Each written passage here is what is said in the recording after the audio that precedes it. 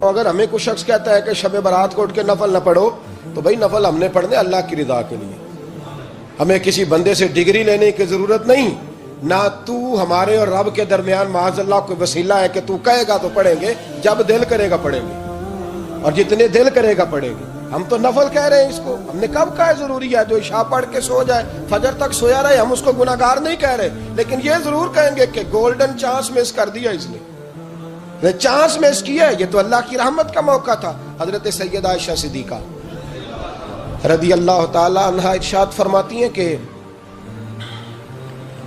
شعبان کی 15ویں رات تھی، یعنی شب برات کی رات، فرماتی ہیں شعبان کی 15ویں رات تھی، میں نے اچانک نظر ڈالی تو حضور میرے بستر میں تھے، پھر میری نظر پڑی تو حضور نہیں تھے، میرے دل میں گمان آیا، خیال آیا کہ شاید کسی اور زوجہ کی طرف حضور کا میلان تباہ ہو گیا ہو، وہاں تشریف لے گئے ہوں۔ فرماتی میں اٹھی باہر گئی تو نبی کریم علیہ السلام جنت البقیع میں تھے، قریب ایک جگہ پہ حضور دعائیں مانگ رہے تھے۔ فرماتے میں گیا تو حضور فرمانے لگے ابو بکر کی بیٹی تو نے کیا گمان کیا کہ اللہ کا رسول تیری حق تلفی کرے گا؟ عرض کی حضور آپ مالک ہیں، کہیں اور جانا چاہیں تو میری طرف سے پابندی نہیں۔ کہتی ہے وہاں کھڑے کھڑے میرے رسول کریم نے بیان فرمایا، یہ ترمذی کے لفظ ہیں، حضور نے فرمایا عائشہ یہ شعبان کی 15ویں رات ہے، مدینے میں سب سے زیادہ بکریاں بنو کلب کا قبیلہ پالتا تھا، فرمایا آج کی رات بنو کلب کے قبیلے کی بکریوں کی تعداد کے مطابق اللہ میری امت کے لوگوں کی بخشش فرما دے گا۔ یہ وہ رات ہے۔ جناب عائشہ صدیقہ رضی اللہ تعالیٰ عنہ نے بات رات کو سنی تنہائی میں، نبی پاک سے رات کو تنہائی میں حضور سے سنی، سویرے جناب عائشہ نے کل امت کو بتائی۔ اگر یہ بات اہمیت والی نہ ہوتی تو بی بی صاحبہ آگے روایت کرتی، یہ کتابوں میں آتی، یہ لوگوں کو بتاتی۔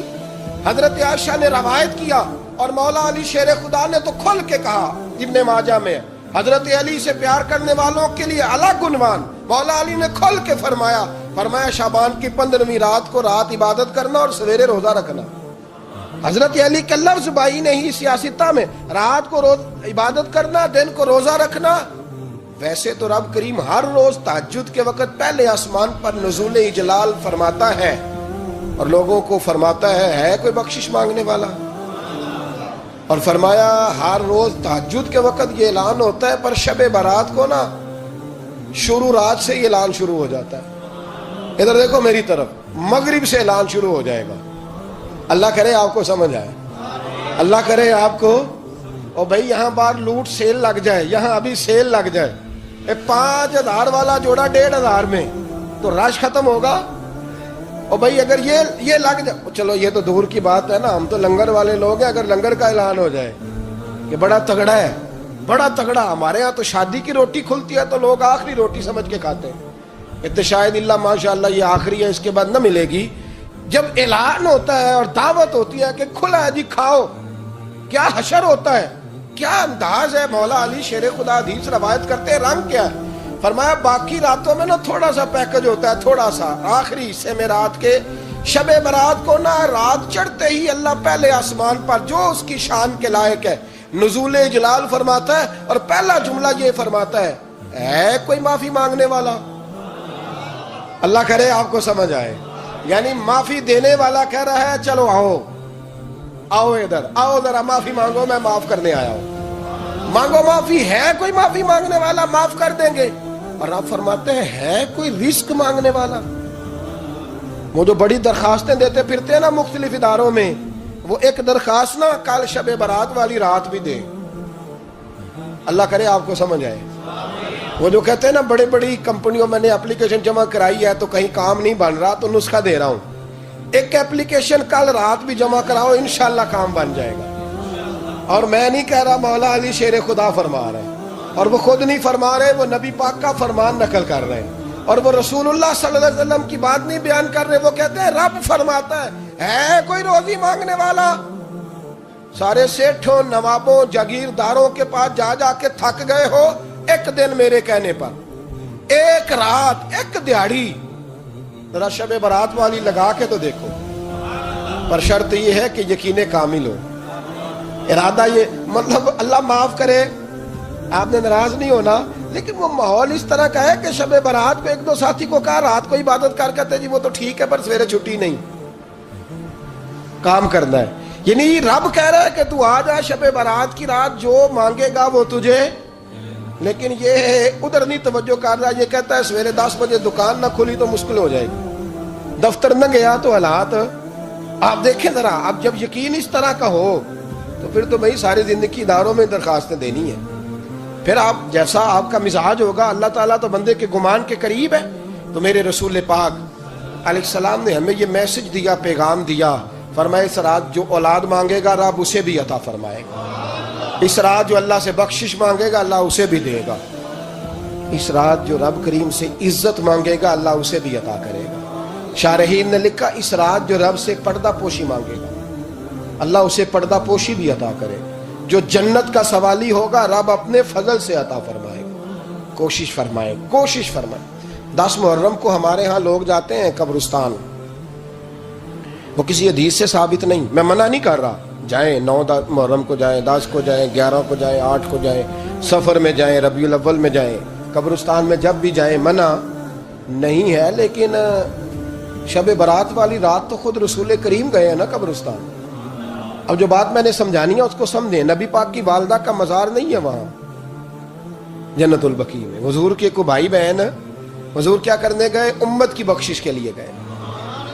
شب برات کی رات لالچی نہ بنے کہ صرف میں نے اپنے لیے روزی مانگنی ہے، کل امت کے لیے مانگے رب کریم سے. مانگے اپنے بھائی کے لیے، مانگے اپنی بہن کے لیے، مانگے اپنے بیٹے کے لیے، مانگے اپنی بیٹی کے لیے، مانگے اللہ کریم. یہ مانگنے کی رات ہے. پچھلی راتی رحمت رب دی کرے بلند آوازہ، بخشش منگن وارے کارن کھلا جے دروازہ. آئیں اللہ کی بارگاہ میں اس رات کو کھل کے دعا مانگیں. قبرستانوں میں نا کچھ قبریں ایسی ہیں کہ جو بتاتی ہیں کہ سالوں بیت گئے ہیں کوئی آیا نہیں. کچھ قبریں بتاتی ہیں. اور کچھ بڑے قبرستان بڑے شہروں میں ایسے بھی ہیں کہ جن کا گورکن کہتا ہے کہ مجھے کمیٹی نے کہہ دیا ہے جہاں 4-5 سال کوئی نہ آئے وہاں نئی قبر بنا دیا کرو. وہاں نئی قبر بن جاتی ہے معاذ اللہ. او بھائی کچھ ہیں ایسے، کچھ ہیں.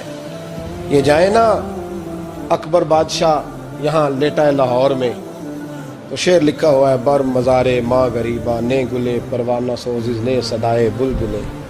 فارسی کا مقولہ لکھا ہے اس کی قبر پہ، کہتا ہے میں وہ غریب ہوں. اعلیٰ بادشاہ ہے مقبرے میں لیٹا ہے، کہتا ہے میں وہ غریب ہوں کہ نہ یہاں کوئی پروانہ آتا ہے نہ بلبل آ کے گیت گاتی. کوئی آتا ہی نہیں، کوئی فاتحہ نہیں پڑھتا، کوئی فاتحہ نہیں پڑھتا. او بھائی کئی قبریں ایسی ہیں جن پہ سالوں بیت گئے کوئی لوٹا نہیں. اور مشکات میں حدیث ہے میرے نبی کریم علیہ السلام نے فرمایا جو قبر میں ہوتا ہے وہ تو اس آدمی کی طرح ہے جو دریا میں ڈوب رہا ہے اور وہ انتظار کر رہا ہے کہ میرا بیٹا میرے لیے دعا مانگے، میری بیٹی دعا مانگے. پر بیٹے کو تو 27 سال ہو گئے، ملک سے باہر ہے. کاغذ بنے گے تو ابے کی قبر پہ آئے گا نا، اس کے تو کاغذات ہی نہیں مکمل ہو رہے. وہ بیٹے کو تو مشکل ہے بڑی، وہ تو کاغذات نہیں بن رہے. وہ تو دولت کا مطالبہ پورا ہوگا تو جب ہی وہ کام ہوگا نا. انتظار ہو رہا ہے قبروں میں میرا بیٹا دعا کرے، میرا بھائی دعا کرے. اور اگر بچہ دفن ہے تو وہ کہتا ہے میری ماں دعا کرے، میرا باپ دعا کرے. کوشش کریں شب برات بعد از مغرب یہ رواج پیدا کریں. یہ رسول اللہ کا طریقہ ہے صلی اللہ علیہ وسلم. قبرستان میں جائیں اور جا کر کے وہاں اللہ تبارک و تعالیٰ سے دعا مانگیں کہ یا اللہ جو اس قبرستان میں لیٹے ہیں وہ بھی، اور جو آج تک کلمہ پڑھنے والے دنیا سے گئے وہ بھی، اور جو قیامت تک جائیں گے وہ بھی. اے اللہ تو سب کی بخشش فرما دے. اللہ کی رحمت کو محدود نہ کریں کہ صرف مجھے بخش دے، اسے کہیں یا اللہ کل کی بخشش فرما. ساری امت کے لیے دعا کریں. شب برات کی رات نفل پڑھیں. ہمارے ہاں محفل ہوتی ہے ہر سال الحمدللہ، بڑے شوق سے بڑا خوبصورت ہم اہتمام کرتے ہیں. لیکن میں اکثر دوستوں سے کہا کرتا ہوں کہ جن کو اکیلے میں نفل پڑھنے میں مزہ آئے وہ اکیلے میں پڑھیں. کتنی کھلی بات کر رہا ہوں. میں پابند نہیں کر رہا کہ آپ یہاں آئیں گے محفل میں آئیں گے ضروری ہے. بھئی آپ کو اکیلے میں مزہ آتا ہے نا. کچھ لوگ تنہائی میں ہو تو دل زیادہ لگتا ہے، وہ تنہائی میں کریں اللہ اللہ کوئی حرج نہیں. لیکن کچھ ایسے ہیں کہ نعت سنتے ہیں تو دل نرم ہوتا ہے، تقریر سنتے ہیں تو دل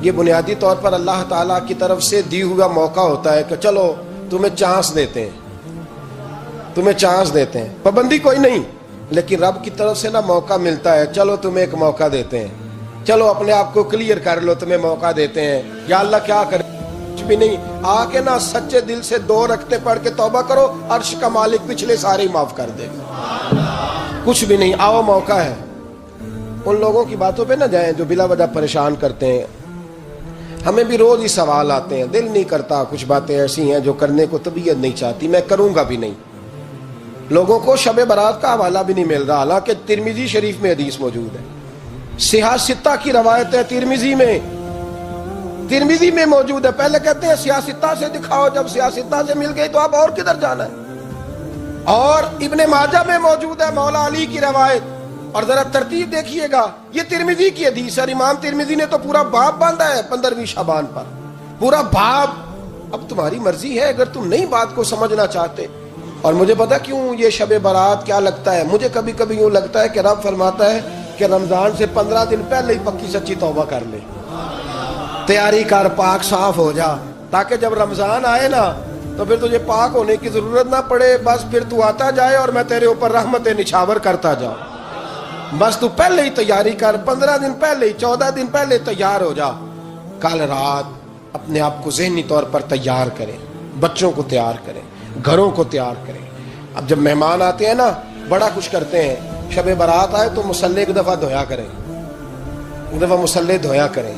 فرش دھوتے ہیں نا، مہمانوں نے آنا ہے تو ایک کمرے کا فرش دھو کے صاف کریں کہ خواتین نے یہاں ساری رات نماز پڑھ دی، یہ ارادے بنائیں۔ جس طرح آپ کہتے ہیں نا رات کو سفر کرنا ہے تو دوپہر میں تھوڑا آرام نہ کر لوں تو کل دوپہر میں آرام کر لیں، تاکہ رات کو رب رب کرنا آسان ہو جائے، اللہ کی بارگاہ میں بیٹھنا آسان ہو جائے۔ مکمل طور پر ذہنی طور پر اپنے آپ کو تیار کریں۔ یہاں بھی محفل ہوگی انشاءاللہ، عشاء کے متصل بعد شروع ہو جائے گی، 12 بجے تک محفل چلے گی، پھر 12 بجے کے بعد نماز تسبیح پڑھی جائے گی، پھر 1 بجے پھر دوبارہ آپ کو اجازت دی جائے گی، کوئی انفرادی طور پر گھنٹہ سوا اپنی الگ سے کوئی عبادت کرنا چاہے تو وہ تب بھی ممکن ہو، جیسے آپ کو موقع بنے۔ میں کہہ چکا ہوں، لیکن وقت ضائع نہ کرنا، گولڈن چانس ہے، اس کو مس نہ کرنا، یہ شب نجات ہے، اس کے ضرور قریب جانا۔ رب کریم سمجھنے کی توفیق عطا فرمائے۔ آخر دعوانا